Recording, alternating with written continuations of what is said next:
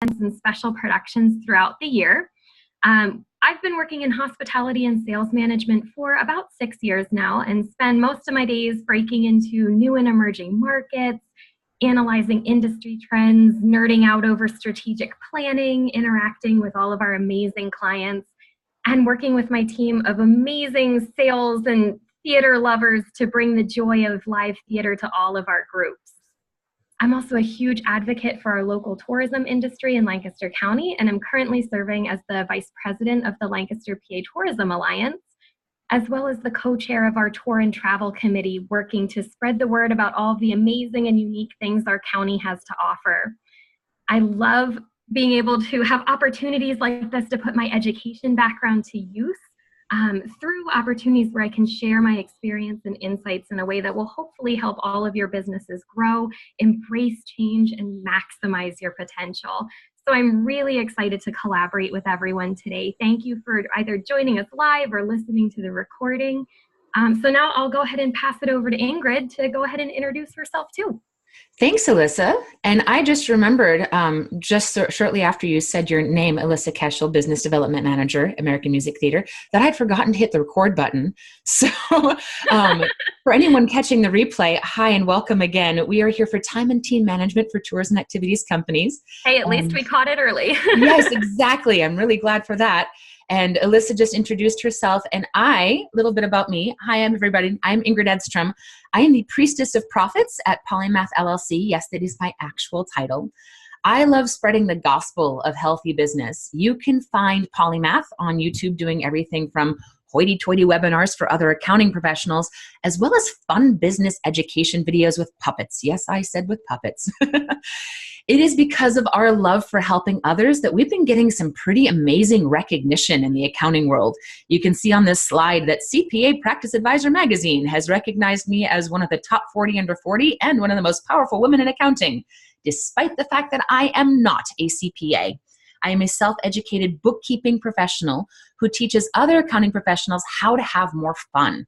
And that's also the main reason why my firm has been recognized as an Intuit Firm of the Future and is featured in the book, The World's Most Inspiring Accountants. It's pretty cool and a little weird. My business partner, Vanessa, who's also on the call today, she and I are total nerds who actually love accounting. We also love travel. Those two things are like chocolate and peanut butter to us. We love tour entrepreneurs. You are adventurous, curious, free spirits who deeply care about our world and the people in it. We chose to specialize in tours and activities businesses because we love working with entrepreneurs who love what they do, who enjoy learning new things, and who enjoy developing real relationships through their amazing work.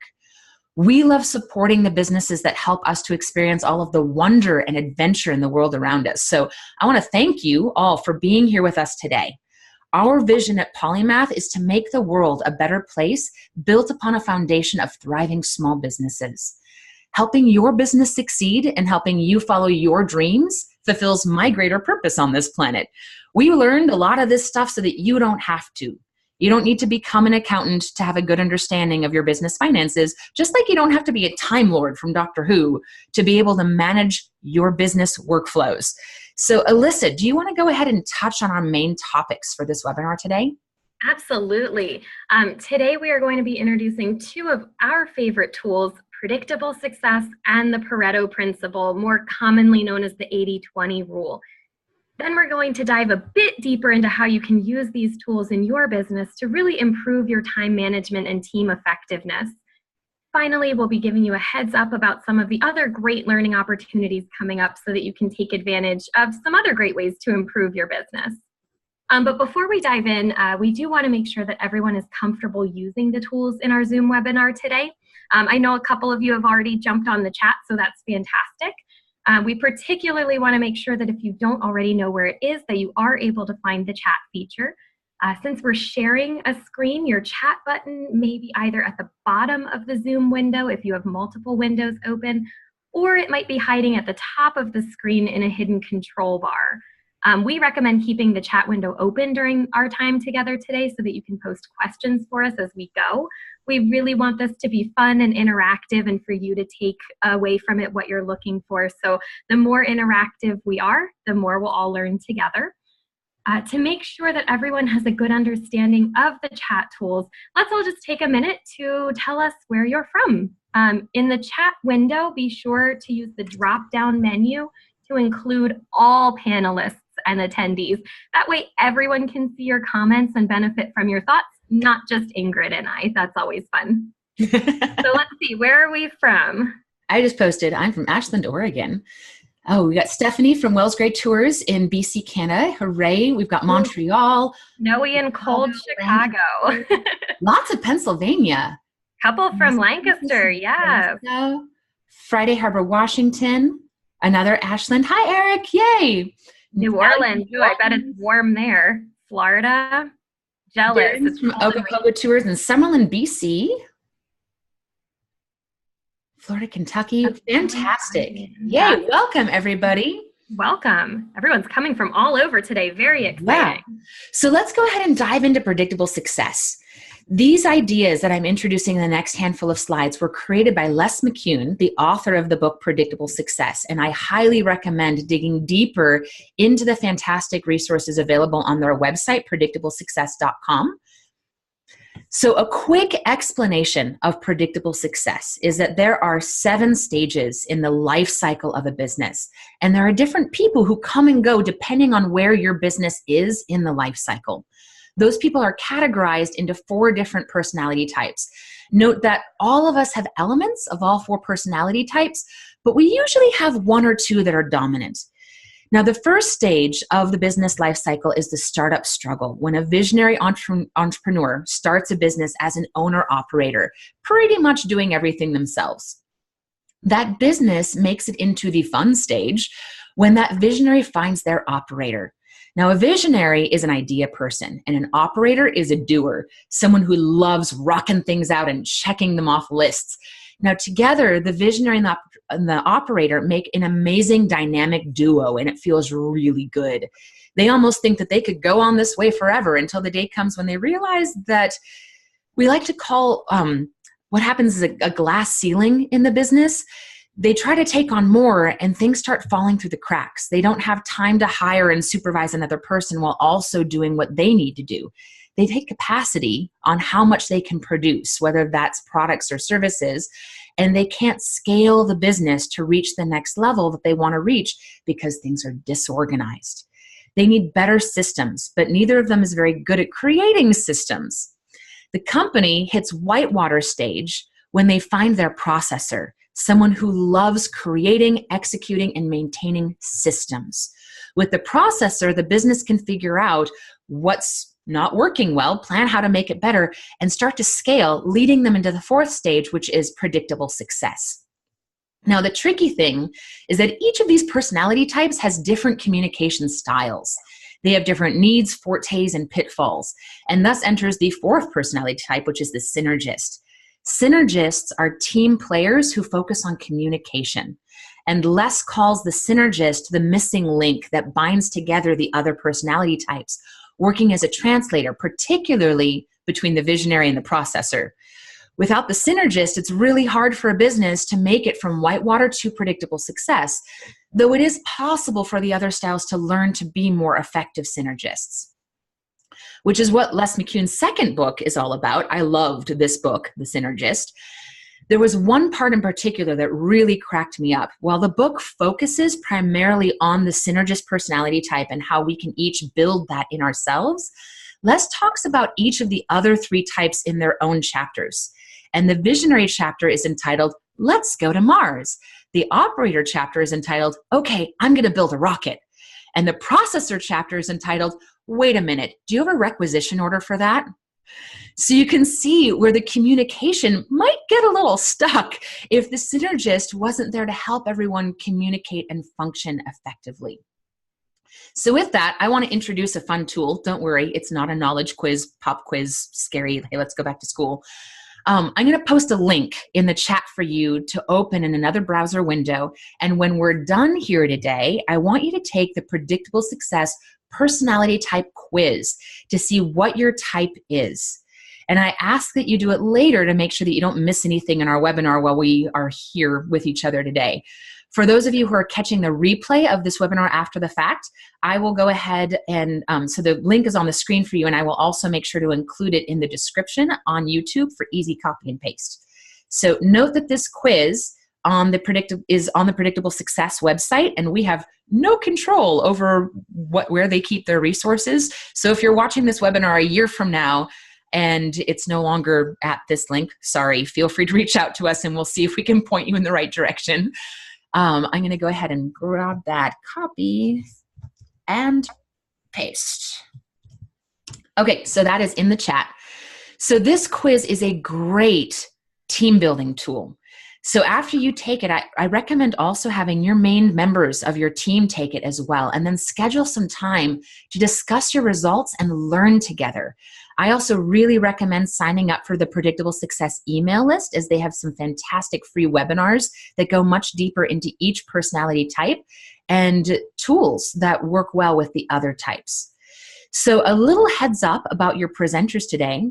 Hi, I'm a very high visionary with a strong secondary synergist. Alyssa, what are you? I am 100% visionary. Ooh, 100% visionary. Do you want to go ahead and talk a little bit about what that might mean to our audience here today? Absolutely. So 100% visionary, it's almost sort of an arsonist, which I found out when I was talking to Ingrid that you don't see too often, just the 100% visionary. So some of the pros of being a visionary, I love any type of project where I get to be creative. I'm a very creative person. So I love being able to find creative, new, exciting ways to problem solve. I love getting to work on big picture projects, looking ahead, strategic planning, vision planning.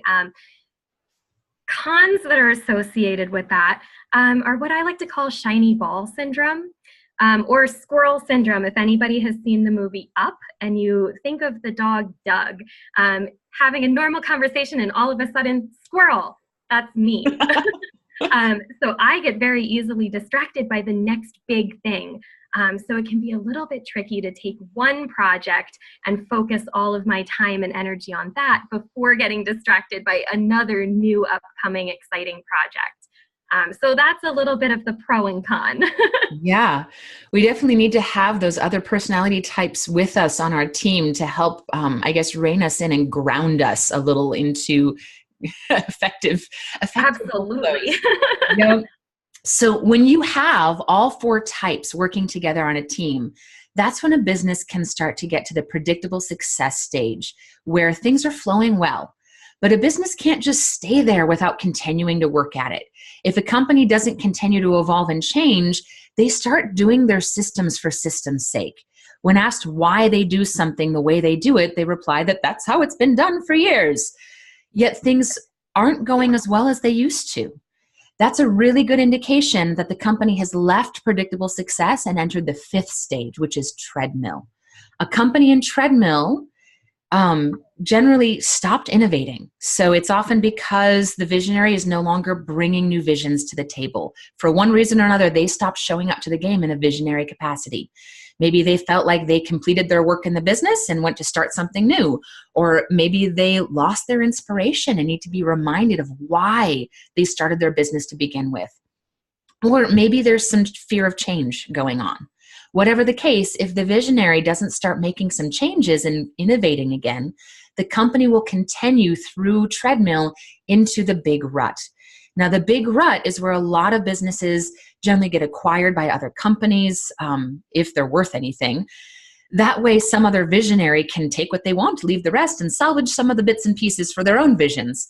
The rut is often when the operator gets disillusioned. This isn't what they signed up for. Their dynamic duo was broken without the visionary, and it's not fun for them anymore. And when the operator chooses to leave, that leaves the processor to make sure the business dies right on time, leaving us to finish up with the final stage, the death rattle. So the important thing to know is that your business doesn't have to go past treadmill. If you recognize some of the signs of treadmill early, you can choose to change things. And when that happens, you can ping pong back and forth between treadmill and whitewater, staying in predictable success. So I want to see in the chat for the participants in our webinar today, based on what we've been talking about in these last few slides, what stage do you think your business might be in? And while you're posting, I want to let you know that the main reason why Alyssa and I were inspired to do this webinar today is because we've noticed a lot of fantastic tour companies that we know are in treadmill.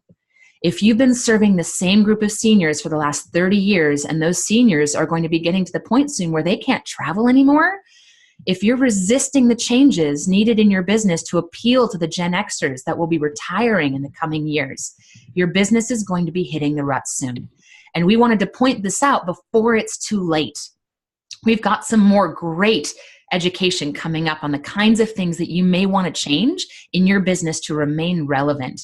Now, first, I'm really excited to hear what Alyssa has to say about how we can use the 80-20 principle with some of the ideas we've been discussing, as that will help you have a healthy team that can succeed together in implementing the changes you need. So we've got all kinds. We've got Big Rut with glimpses of death rattle. We've got early struggle fun whitewater somewhere in there. I noticed a lot of whitewater, a couple early struggles. Nice. Fantastic. Okay, you want to go ahead and dive into the Pareto principle? Absolutely. So the Pareto principle is probably one of my favorite tools. And if anybody hasn't read the book, The 80-20 Principle by Richard Koch, I highly recommend it. It is an absolutely fantastic resource and has a lot of really amazing insights into how we can use this principle in all facets of our business. We're just going to focus on a couple of the principles today, mainly in relation to time and team management. But to start, the Pareto principle is all around us. We just don't always know to look for it until we know what it is. So when I was first introduced to it, I started seeing it in just about every facet of my life. So the Pareto principle itself states that 80% of your effort, time, customers will only yield 20% of the results, whereas 20% of your effort, time, customers yield 80% of the results. So let's think about it in terms of something we use every day, clothing. We all have a handful of outfits we wear on a continual basis, and then we have the bulk of our wardrobe that goes untouched most of the year, except for the 1 or 2 times we drag it out. I'm not sure if anyone has seen the new Netflix show with Marie Kondo, but a lot of what she does in the show to help organize people's homes can be applied when thinking about 80-20. She advocates for a simpler, less complex home that's devoid of clutter and filled instead with things that serve a purpose and bring joy. Let's think about this from a work standpoint. Instead of cleaning out closets, we may need to take a hard look at our systems and processes and clean those out instead. What are the simplest and most effective ways to get the job done? And is that how things are currently operating? If not, how can those systems be refined to maximize efficiency and our time spent completing them? What are the processes or systems we don't need at all? I know from personal experience that when we did this deep clean here at AMT, it felt right in line with the Pareto principle. The majority of our processes fell into the trivial tasks category or busy work, while only a select few were actually results-driven, simple, and efficient. And from that, we were able to more clearly identify what we wanted to change, keep, get rid of, and how we wanted to prioritize these items in our day-to-day. So to put all of that into business terms, 80% of our customers and time only yield 20% of our ROI or return on investment, and 20% yield 80% of that ROI. So let's think about that for a minute. That's crazy. The 80-20 principle argues that to be the most effective, we need to determine what our 20% is that's generating 80% of our results and spend 80% of our time cultivating that.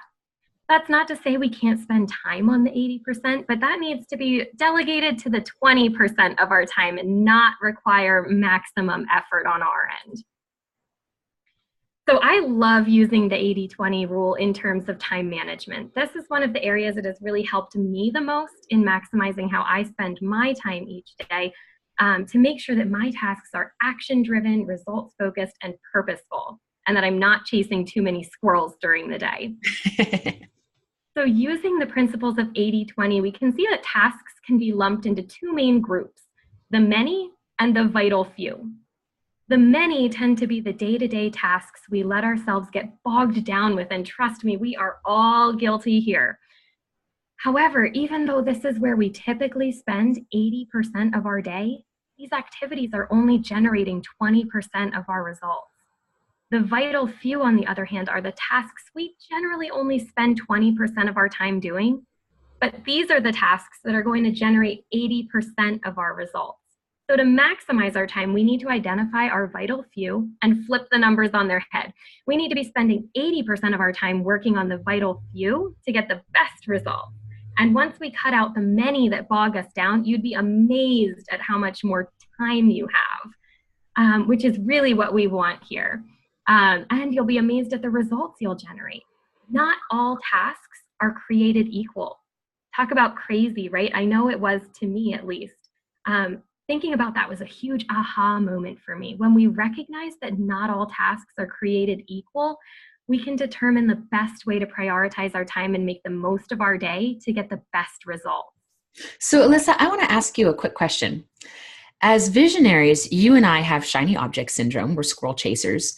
What have you done to focus your time to more productive results? Oh gosh, it's so true. Like I said before, as a pure visionary, it's so easy to fall prey to shiny object syndrome because we're always looking for that next best thing, that next big idea to propel our business forward. So it can be a little bit harder to focus in on one thing at a time and stick with it. So for me personally, it was all about finding the right tools to help me focus my time and create the right team and systems to back that up. Fortunately, I was introduced to a really amazing tool at a convention several years ago that was a major game changer for me. So I wanted to share that with everyone today. So that is the Eisenhower Matrix. And this is my favorite tool to help increase productivity and make sure that I'm spending 80% of my time on those 20% results-driven activities. If you're not familiar with the Eisenhower Matrix, this method was created by President Eisenhower to help prioritize tasks based on their level of importance and their urgency. It's pretty amazing, but once it's all mapped out, it also illustrates the 80-20 rule. According to the Pareto principle, the majority of what we do each day, our 80%, would actually fall into the not important and not urgent categories, or the not important but still urgent category, meaning it gives us less time to focus on the important urgent matters that make all the difference. So let's take a quick look at things that might fall into each quadrant just as examples. So the first one we'll take a look at is the important, urgent, or just do it category. Those could be things like project meetings, tasks that you've postponed that do have a deadline, other deadline-driven projects, time-sensitive emails, maybe even a meeting or travel to see your top 20% clients. Then we fall into the important, not urgent, or schedule it category. These are things that you still need to get done in a timely fashion, but they don't need to be done immediately.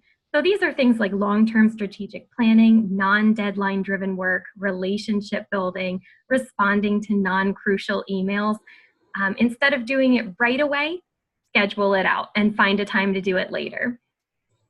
Then we fall into the non-important, urgent, or delegate it category. These are things like phone calls, meetings, checking email, running reports. A lot of busy work tends to fall into this category, and also interruptions. Speaking of interruptions, how about a quick definition explanation? A lot of people see interruptions and distractions as the same thing. The difference is that interruptions are external and distractions are internal. Distraction is a problem with our focus and attention span. Interruptions are external factors that affect us. We can control some interruptions by minimizing those external factors, silencing our notifications on our phones, telling people that we would like to not be interrupted. That creates a space where we can focus. Then if we get distracted, that's all us. Oh, look, Facebook. We need to take responsibility for both so that we can have more focused time to do what's important. We need to set good boundaries and really stick to them. Exactly. So, for example, an interruption might be a coworker popping in with a question about an upcoming project. This is something that's taking your attention away from what you're currently working on. But a distraction, on the other hand, would be seeing a notification pop up on your phone that your friend posted another adorable dog video and choosing to follow it down that rabbit hole. This leads us to the final quadrant, which is the not important, not urgent, or don't do it quadrant. And that would include your things like online browsing, checking Facebook, chatting with coworkers, or junk email. And that is where we end up spending the majority of our time. A lot of our time is spent in that quadrant. So I've always been a big to-do list person, but I'd never actually taken the time to sort my list, prioritize, make sure my essential tasks were getting done while my non-essential tasks were delegated or cut. I fell prey to the idea that if it made the list, it must be just as important as everything else. The flaw with that logic was that depending on the day, how busy it was, how tired I was, the mood that I or my team was in, I found myself cherry picking the quote unquote easy tasks and doing them first, because crossing them off let me leave proud, feeling like I'd accomplished a lot that day. But in the grand scheme of things, all I'd really managed to accomplish was my 80%, which left the 20%, or the harder, more time-consuming activities that could actually have an impact on the business or team, for later. I wasn't busy, I was doing busy work. And there's a huge difference. And if I was, then chances were my team was doing the exact same thing. Ingrid, have you ever experienced that too? Oh, yeah. Something I've been working on for a while is getting my email inbox down to 0 and keeping it there. Inbox 0, you're my hero. And one great strategy that I got from my friend Joe was what he calls the 4 Ds. Do it, delegate it, defer it, or delete it. Rather than leaving any messages in the inbox, everything needs to go to one of those places immediately. And I've been deleting a lot more emails, so I'm not spending my time looking through newsletters, hunting for gems of information that may or may not be there. Anything that can be done in the moment, I rock out right away rather than putting it off. Rather than sitting on something that I can't do right this moment, I decide when I'm going to do it, and I use an app called Boomerang that works with my Gmail to schedule that email to come back to my inbox at a better time. If something would be better done by my business partner, Vanessa, I pass it her way right away, and she does the same with me. It's really helped us to be more productive and spend less time in email. Another strategy for maintaining accountability to the important stuff that's not urgent is to have an accountability ally. And that's one of the reasons why Alyssa and I decided to do this webinar together. By working together, we put ourselves on a timeline that gave us a feeling of urgency because we felt that getting this education out to you was important. If this had just been me, this webinar probably would have gotten put off until after NTA's upcoming Contact Conference, and that wouldn't have been nearly as effective. And that can make a huge difference. It's just having somebody else there who can help keep you accountable, but also realizing that about yourself, which is why it's so awesome to take the quiz that Ingrid put the link in there for. It can really help you identify maybe some pros and cons to the way that you do work. So the last thing I want to chat about with this Eisenhower Matrix is actually kind of a challenge. So one thing that I would challenge everybody who's tuning in today to do is to pick a day and make a running list of each task that you perform throughout that day. And be honest, anything that you do throughout that day, pop it onto a list.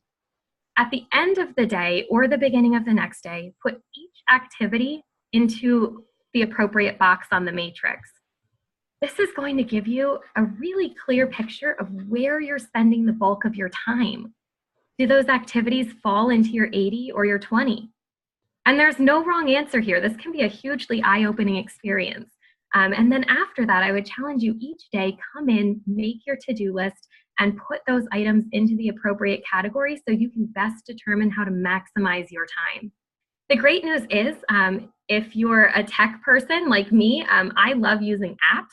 And there are a ton of apps out there to help you with this. They have apps that you can put on your desktop, Android, Apple. All you have to do is Google Eisenhower Matrix apps or search for them in the App stores, and you can find a ton of them that can help you with this organization. All right, so question time. Get ready to use your chat buttons. I promise this is not a trick question, so answer honestly. There are absolutely no wrong answers, but we want to know, in an ideal world, what do you wish you had more time to do in your workday? I know for me personally, as silly as it sounds, I would love to have more time to eat a non-working lunch some days instead of just working straight through it. How about you, Ingrid? Oh, I would love more time to work on writing content. I've got a bunch of case studies for tour companies and other articles that I've been wanting to get to that just keep kind of falling down the priority list as urgent things come up. And, I spend a lot of time putting out fires when, if I could get that content out there, it would really help a lot more tour companies grow. I love that. So let's see. What do we think? So creating education plans, that's awesome. That's a really great idea. Daydream. So you must be pretty busy then, Eric, if you don't have time to daydream. So that Eric's would a be visionary. I feel that, Eric. I feel it.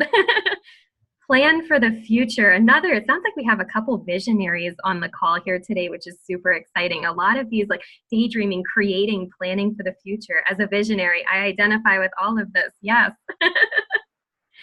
It's funny, but while I'm reading through this and thinking back to my answer about my wish list item to eat more non-working lunches, I'm thinking about it and I almost feel like that would fall into that non-essential 80% category that to me wouldn't make a huge difference. Whereas Ingrid, your wish list item to me would fall into that 20% category that would make such a huge difference to your business if you had time to spend on it. Alyssa, did you just should yourself? Oh gosh, I think I did. Saying that you should be working rather than eating lunch. Studies have actually shown that quality breaks in our workday are very essential, and taking quality time to eat and get up and move periodically throughout our day makes our focused time much more productive. So deciding that your lunch is an important thing that needs to be scheduled could be one of the best things that you could do for your productivity. I've worked really hard over the last few years to remove the word should from my vocabulary. And now every time I hear the word should, I ask myself, what do I want? And then I ask myself if what I think I want is in alignment with my bigger picture goals. And that helps me make more intentional decisions. So how many of the things we wish we had more time for in our day actually end up falling into the trivial and not the vital few? Actually, from what I've been seeing, I feel like a lot of these would fall into the vital few category. But what of this could you possibly be delegating, focusing on, or deleting based on its level of importance? These are all really great questions to ask when we think about where we want to spend our time. To see if our wish list falls into our 80 and not the 20. A lot of us wish we had more time for what we consider the vital few, but that don't actually end up being results-driven activities. And that's okay. We just need to be honest with ourselves so we can identify where we need to move our priorities. Because if we don't, that could divide our focus and pull us away from those tasks and make us feel more behind than we actually need to be. So I would encourage all of you to think back to what your actual answer was to the question. Look back at the matrix and see where on the matrix would your wish list item fall.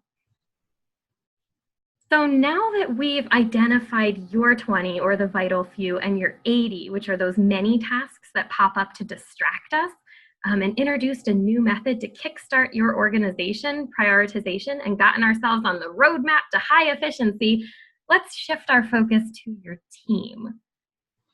Chances are, if you as the leader are struggling with efficiency and time management, your team probably is too. We're only as strong as the weakest link in our team. So let's dive in. If we look at our team utilizing the Pareto principle, which is one of my favorite ways to do it, we can see that, like you, they probably spend 80% of their time working on tasks that will only yield 20% of the results, and 20% of their time on tasks that will yield 80% of their results. More importantly, though, in terms of efficiency and overall team environment, 80% of your team is only doing 20% of the work. while 20% of your team is shouldering 80% of the work. That's huge, and it's noticeable. So let's take a minute and break it down. When talking about team productivity and efficiency, I like to look at it in terms of time and talent. We'll start with the time portion. The first thing we need to do is identify where your team is spending the bulk of their time and determining if it falls in their 80 or 20. So a great exercise you can do as a team is to encourage each team member to go through the Eisenhower Matrix and fill in each category with examples of tasks or behaviors that they do throughout their day, or encourage them to do the same challenge with the Eisenhower Matrix and bubble it in after they've completed all of their daily tasks. You'd be really surprised how different each person's matrix looks, and often it's a great way to see where they feel their priorities, quote unquote, should lie. And if it's in line with their 20 or 80%, or where you as a leader feel they should be allocating more of their time. When reviewing the charts, I also like to ask each team member what they feel is the most important part of their job. You would actually probably be surprised by some of the answers. This is a great way to open the door to communication, more individualized goal setting that is tailored to their strengths and areas of opportunities, and to have frank conversations about job descriptions and whether or not the tasks they're performing fall in line. It's a great way to see who gets it, who needs more training, and who ultimately might not be a good fit. It's a great tool to use as a springboard for further discussion to see how they can maximize their time, rearrange some activities to free up some of those non-urgent important tasks so that they can really make the most of their day. I also always encourage my team to keep a copy of the matrix at their desk or pinned on a corkboard so that they can see it as a constant reminder. Simple is beautiful, and this method is great because it really helps pare down the complicated and convoluted mess that can become our day-to-day and keep everything streamlined and a little easier to understand and compartmentalize. So I can't recommend taking the time to do it enough. So while this activity and deep dive can help us identify and streamline the time component on the road to increased efficiency by making us more aware, it also helps us identify those employees that do 20% of the work and those that do 80%. In other words, the talent portion. So when looking at talent, I like to break it into two groups to start, the rock stars and the coasters. We all have examples of each at work, especially the coasters. I'm sure we can all think of an example off the top of our heads. So the rock stars are our team members who always go above and beyond. They are looking for a challenge, eager to please. They take on extra work, pull extra hours, come to meetings with opinions, research, solutions. These are your unspoken leaders who are engaged with the company and have the company and team's best interest in mind. On the flip side, we have the coasters. These are the team members that are physically present. They show up to work each day, do their job to the best of their ability most of the time, and that's about it. They don't bring a whole lot more to the table and seem to just be skating by while the rock stars pick up the slack. So if we look at our fun video as an example, and anyone who knows me knows I am absolutely obsessed with corgis. So this was like the best find in the world for me. The first corgi would be an example of our rock star. He is all in. He's in it to win it. And then our second friend, he is physically there, and he is technically participating with 3 feet out the door. So when we're looking at these two types of team members, the first group I really like to take a hard look at are the rock stars. What are they doing right? Or what are they doing that is setting them apart from their coworkers? And how can that be duplicated? Are they being put in situations that will challenge them and empower them to take ownership and excel? Or just being barely utilized? In other words, now that you know their full potential, are you helping them to fully realize that potential? Or are they just spending the bulk of their time covering for those that aren't putting the time in? The danger here can be that the rock stars, if they're continually picking up the slack left behind from the coasters and it goes unchecked, it poses the risk of rock star burnout, which can lead to bitterness, loss of engagement and buy-in, If they start to feel undervalued and overwhelmed with their workload, they might start to perform accordingly and become a coaster themselves. These rock stars are a huge asset to your overall team, so allowing them to take ownership of projects, work with your coasters to impact change can also work to your advantage. This group of employees should not only be celebrated, but encouraged and empowered to maximize their talent and succeed, because when they do, the business will as well. Now let's talk about the coasters. We all know them. Every business has them. Once we identify our coasters, there are a couple things we need to ask ourselves. Is it a training issue, a systems or process issue, a role issue, or a talent issue? So do they have the tools to be successful? Do they have the training and tools and are choosing to phone it in anyways? Based on what we talked about with predictable success and the different personality types, are we setting them up for failure by not putting them into the role that's best suited for them? Would they flourish and thrive if given different responsibilities? Or are they resistant to change and stuck in the mindset that things can only be done one way? Is it time to part ways so they don't drag down the rest of the team? This is a great time to have an open, frank, and sometimes challenging conversation with your team to establish new goals, accountability, and hopefully generate renewed engagement, buy-in, and an openness to change. Empower them to take control of their work and their goals through active and open discussion, and work with them to set goals that matter to them, are realistic and timely. Maybe they're coasting because they don't fully understand the work they're expected to do. Maybe if the role isn't best fit for them, or the current systems and processes in place are hindering them from rising to their potential. So again, sorting through those systems and processes and making sure they work for the team. Maybe they don't feel supported, challenged, valued, or the goals that are set for them are too unrealistic, so they've mentally already accepted defeat and checked out. But having that discussion can help identify the underlying factors and give you and the rest of the team the insight to impact change. The more your team feels valued, the more buy-in they'll have, and that will be a winning team. The final question we have to ask ourselves in relation to team management is, are they busy or are they doing busy work?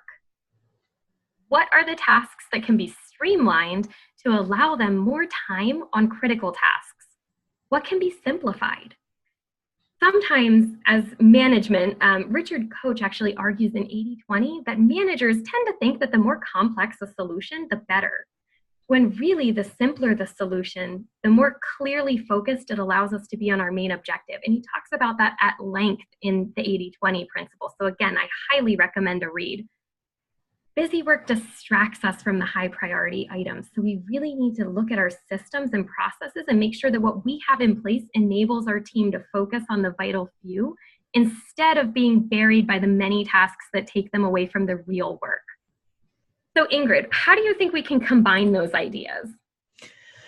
Alyssa, I loved what you were saying about ensuring that the people are in the right role within the company. If there are things in your Eisenhower Matrix that you know you should do because they're important, but you don't want to do them, it could be that those things are not in alignment with your personality type. Now, sometimes we all have to do things that we don't want to do. And in that case, we just need to bite the bullet and stop procrastinating. Other times, it's really a good indicator that we might need to ask someone for help. Many times our teams feel like they can't ask for help. Asking for help equates to failure. And they're afraid that if they admit that something that has been assigned to them is not their forte, that they might be punished for it in some way or even lose their job. We don't want to penalize our team members for healthy, effective communication. We need to build safe working environments and work culture where we're setting our team up for success. And that means evaluating the roles to see if they fit the people, not just the other way around. See if you can remove the blame from the equation and focus together on how to get the overall results that are needed in the company, even if it's through different methods than you anticipated. You can't think outside the box until we know how big the box is. So for example, as a visionary, I have a ton of fun coming up with marketing ideas for my business. I can go onto my WordPress website and implement a lot of those ideas. I don't. I put it off as long as possible because web design drives me crazy. It's just not my area of excellence. I need help there. And Vanessa and I have been having a hard time finding someone for our team to fulfill that role effectively. So for now, I just need to bite the bullet and get some of those important updates to our website done. And I know that the bigger, more important, long-term, not urgent thing for me is to find the right team member that will thrive in the areas where I am currently struggling. That uses both predictable success and the Pareto principle to the best outcome. And we need to encourage our team members to do the same. There's a really common misconception that leadership is about changing someone else's behavior, and that is not true.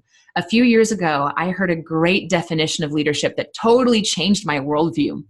Leadership is confronting others with their freedom, recognizing that freedom and accountability are the same thing. In order to be free, we must be accountable. In order to be accountable, we must be free. We cannot have one without the other. If you have someone in your business that you see as a coaster, the best thing to do is show them that they have options and empower them to truly choose their freedom, whatever that may be. Keep in mind that one of those options for freedom may be not letting the door hit them on the way out. Confrontation is a positive interaction with a momentary negative emotional response. If you've been avoiding confrontation with your team, then you're not going to change. They're not going to change. If you're avoiding change, you're not going to grow. Alyssa, do you want to elaborate on any of that? Absolutely. Change is so essential in business, but especially our industry. Change is all around us as we look ahead to new travel trends, changing demographics, different buying patterns, how they're interacting with the tours and the products we're offering. And if we aren't changing, like Ingrid said, we're not growing. And if we're not growing, then we as businesses run the risk of falling from the treadmill into the big rut of predictable success. We can't always rely on doing things the way they've always been done, which is my absolute least favorite phrase in the world. The way things have always been done may not reflect the current market trends, forward thinking, or even be the best way to do things for your current customers and team. So as leaders, change has to start with us. We lead by example. So if our team is seeing us prioritizing our 80% by constantly checking emails, sorting junk mails, sticking with outdated and less than efficient processes out of habit, then chances are that's what they're doing as well, because that's what they see us prioritize as our 20%. So just imagine if we prioritized and focused on those 20% activities that generate results for us and our company, and took the initiative to embrace change and mix up our systems to increase efficiency and productivity. Imagine if we encouraged our team to identify and actively pursue their own 20% activities, how much more effective and productive we would be as a whole. As a leader, we're the ones that are setting the example for our teams. The example that we set trickles down. So if we prioritize that 20%, even if it means embracing change, which can be hard and scary, and having hard conversations, it's going to lead us to a much more high-performing team, which is the real end game here, because when your team is strong, you're going to see stronger results. We can get there through tools like the Pareto principle, the Eisenhower Matrix, and predictable success, but ultimately, it's whatever works best for you. We just have to make sure that the buck doesn't stop at the top and that we lead our team with us and set the best example possible to make sure everyone has the tools to be productive and efficient. That is such a great point, Alyssa. And I think that it's a great place to bring us to our summary key takeaways. So these are the main things that we would love for each of you to really remember for this webinar. Do some self-analysis and encourage your team members to do the same. For example, take the Predictable Success Personality Style quiz that we posted in the chat earlier and do a review of your time and tasks using the Eisenhower Matrix. Then encourage a few of your leading team members to do the same. Continue to include more team members in this activity until your whole team is on board. Think about your business culture. Why does your business exist? How does your culture in your work environment support your company vision? How does your culture support employee engagement and buy-in for change? Use the Predictable Success quiz as a team building activity. It's super fun. And then you can also use the Eisenhower Matrix to determine what tasks or roles in each team member's job description might not be a fit for their personal strengths. Let's set our teams up for success. And that's really such a great way of going about it. By doing that, you'll be able to more effectively identify any changes that need to be made in job descriptions and daily workflows. Seeing how these things affect you will make it easier to embrace changes that will make you more effective and your business more successful, because now you have that why. Plus, it's a lot more fun. As you're looking at things that may need to change, notice where you're saying things like, "This is how it's always been." And remember that this line of thought is a good cue that your business might be in treadmill and dangerously close to getting stuck in the big rut. So decide to evaluate and understand why you've been doing things that way, and be open to the possibility that there might be better options, even if some of those changes may be challenging in the short term. Finally, we really want you to continue to dig deep into ongoing learning on these topics. We're all in this together. So fortunately, Ingrid has some other great upcoming webinars for you that cover a couple other really awesome tools. And she'll be teaching some really powerful sessions at the NTA Contact Conference in March. So hopefully we'll see some of you there. Thanks, Alyssa. We do have some amazing webinars coming up as listed on polymath.com/events. So all of which have great tools that will help you apply what you've been learning here today. I'm really excited about the next one because we have Les McCune himself, the author of Predictable Success, as well as several other great books that helped tons of businesses scale and succeed. He is coming up in our next webinar, and you can see that on polymath.com/events. And then on February 8th, we have two webinars. First one, Julianne Sullivan, which some of our members in our participation today might remember. She also spoke at the NTA's Travel Exchange Conference this past November. She is a specialist in culture, employee engagement, and change management. And we will be talking with Julianne about how to overcome the common challenges that keep us from making necessary changes in our business. And finally, Sabrina Starling is our final webinar guest, and she is a PhD business psychologist, I call her Dr. Sabrina, that focuses on really turning those coasters in your business into rock stars on your team and how to establish that fantastic corporate culture. So bring your questions for Les McCune, the author of Predictable Success, for Julianne, culture specialist and employee engagement change management, and Dr. Sabrina Starling, business psychologist, to those upcoming 3 webinars. And you can find all 3 of those on polymath.com/events. I am really excited for all 3 of these. And there may also be some other fun upcoming education on that same page that you might be interested in. So now some of you might be wondering, why all of the webinars from NTA and Polymath all of a sudden? Well, we've been having some great conversations with the team at the National Tour Association about the upcoming Contact Conference in March. And we thought it would be great to have these webinars help set the groundwork for some of the amazing education that will be available at that conference. At Contact, I will be teaching 2 sessions, one on continuation and succession planning for tours and activities companies, and another on how tour companies can survive the disruption that technology is currently bringing to the industry. Both of these things require a bit of planning ahead and willingness to change and adapt your business and your teams.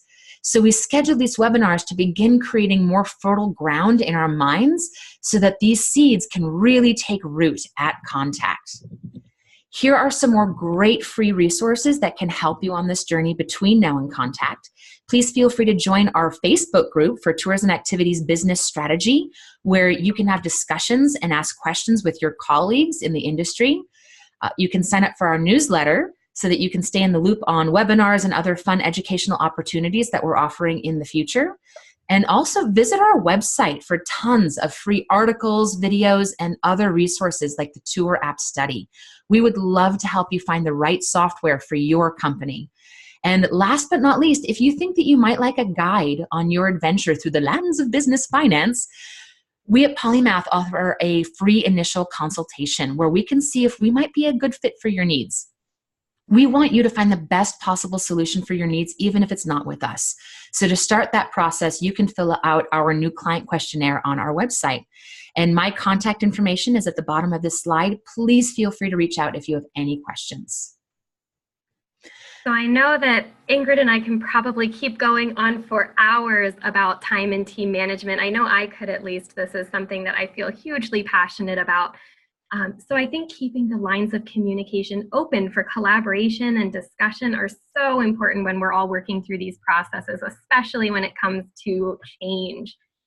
So I'd love to connect with any of you, answer questions, or even just be an accountability buddy or sounding board as you're working through some of this.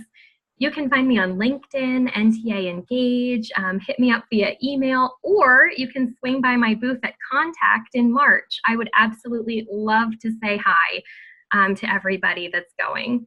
Yes, and I will, I'm super, super stoked to get to see you at Contact, Alyssa, and also Tom Singer is going to be speaking at Contact as he did at Travel Exchange. The NTA community absolutely loves Tom Singer, so that's a ton of fun. So with that, we do have a couple minutes left for questions. Thanks so much, everyone, for being here with us today. It is such a pleasure and an honor to get to bring you this education. And thanks so much for doing what you do, helping each of us experience our amazing and beautiful world through your dreams. So we do have 2 minutes for questions, and then Alyssa and I can stick around past that. We want to respect everyone's time. And we have our eyes on the chat, so go ahead and post your questions. I see Nathan Claycomb says, fantastic webinar, thanks. Very helpful insights, thank you both. Thank you, Nathan, for joining us. Anyone have any burning questions? We are happy to answer them, no matter what the question may be. Yep, and keep in mind also that if there are questions that might be better saved for Les McCune, the author of Predictable Success, he's going to be able to answer those questions really effectively at that webinar on February 5th, or questions about business culture and change management. More great webinars coming up. Oh, Darren posted earlier that there's an error in the link, polymath.com/events. Some reason it's not working, having the capital E in events. I didn't realize it was case sensitive. So if you're having trouble getting to that link, try lowercase events. Allie says, thanks for the info on the Eisenhower Matrix. Never heard of that one before. You are very welcome, Allie. Awesome. I'm so glad that I could share that with you then, because it was seriously such a game changer for me. So I really hope that it works as well for you and your team as it did for me. And again, you can find plenty of apps for it too. That way, especially those of us that are always traveling. I know I love having the app on my phone so that I can stay efficient while I am on the road and in different states.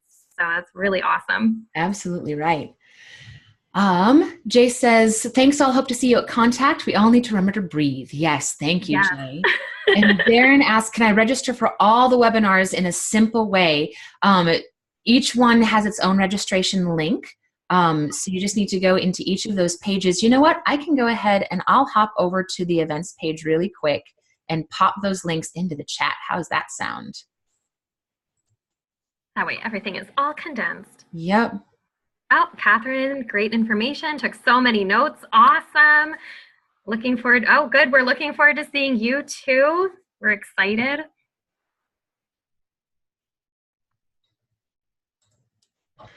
So right now I'm posting the link to the Les McCune webinar on February 5th. And we will have this webinar posted on YouTube as well. So if there's anything that you wanted to go back and give another listen to or look at again for some additional information, feel free. That'll be up on YouTube for you. Lisa, awesome. I'm so glad that you came away with some new great ideas from this. That is exactly why we wanted to do this today. I just posted the link to the webinar with Julianne Sullivan, which is Transition Prescription, Dealing with the Headache of Change. Oh, we all need a prescription for that. And she did a fantastic session about dealing with change at Travel Exchange. So for anybody that missed it, I highly recommend tuning into that webinar. It was a very, very insightful seminar at Travel Exchange. Yeah, it was so good. And last but not least, here is the link for the webinar with Dr. Sabrina Starling, Tapping the Potential of Your Dream Team. That one's going to be a lot of fun too. I know I for sure will be at that one. I love anything to do with working with your teams. So I'm excited. Eric Minling says, super useful. I've got homework to do. Yes, we all have homework to do. Love it. Learning more about each of these super helpful concepts. Thanks for bringing it to us. You are very welcome, Eric. You're so welcome. And all of the books that we had mentioned, you can find them super easy on Amazon. Yep, and also on Audible if you're a audiobook listener. Well, with that, it's a couple minutes past, and I don't see any burning questions popping up, just thanks and comments. So I think let's go ahead and wrap this up. All right. Well, thank you so much again for everybody for joining us today. We were so excited to be able to bring this webinar to you. So thank you for taking the time to tune in, or for tuning in after the fact if you're watching us on YouTube. Yes, and hopefully we'll see you at the next webinar on February 5th. Talk to everyone soon. Thank you all.